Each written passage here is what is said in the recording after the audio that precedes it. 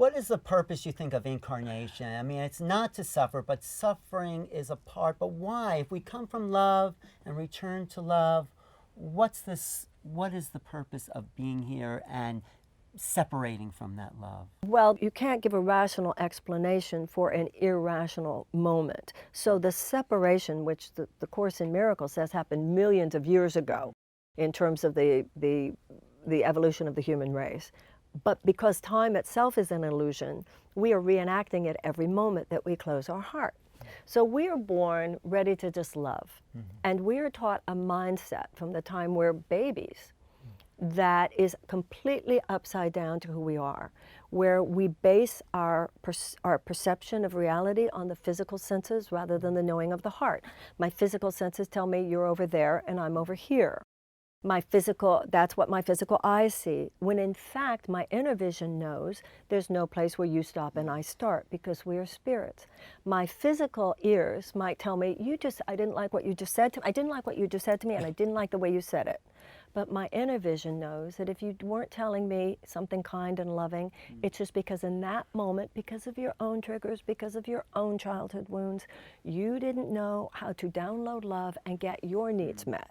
So I have a choice. Am I going to base my perception of this interaction on my physical senses, or know that if you weren't loving me, you were just making a call for love, and I can dwell in that attitudinal universe.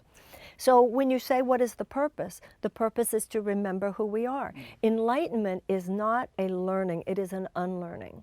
It is a path of living that many people, millions and millions of people, whether from a religious perspective or a non-religious, non-spiritual, secular, whatever perspective, are getting, that the way we're thinking and living on this planet is increasingly dysfunctional, is increasingly unsustainable.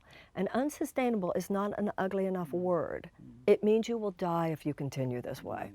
And we are now living at a time in our country and on our world, on our planet, where the whole thing is unraveling. The whole thing is falling apart. It has to fall apart. The revolution has already begun. The only issue is this going to be a revolution of love, or is this going to be a revolution of fear? There's no escaping these revolutionary times. There's no escaping the upset of it. But it is now each and every one of our opportunity and responsibility to ourselves to make a choice. And you do make a choice every moment. You either make it consciously or unconsciously. Am I using the energy of my mind, my efforts, my livelihood, and my life to proactively move the needle, help move the needle in the direction of a loving change through being the presence of the alternative in whatever field I'm in, as an educator, as an artist, as a scientist, as a business person? Am I the presence of the new alternative, the new possibility, the new, more loving way?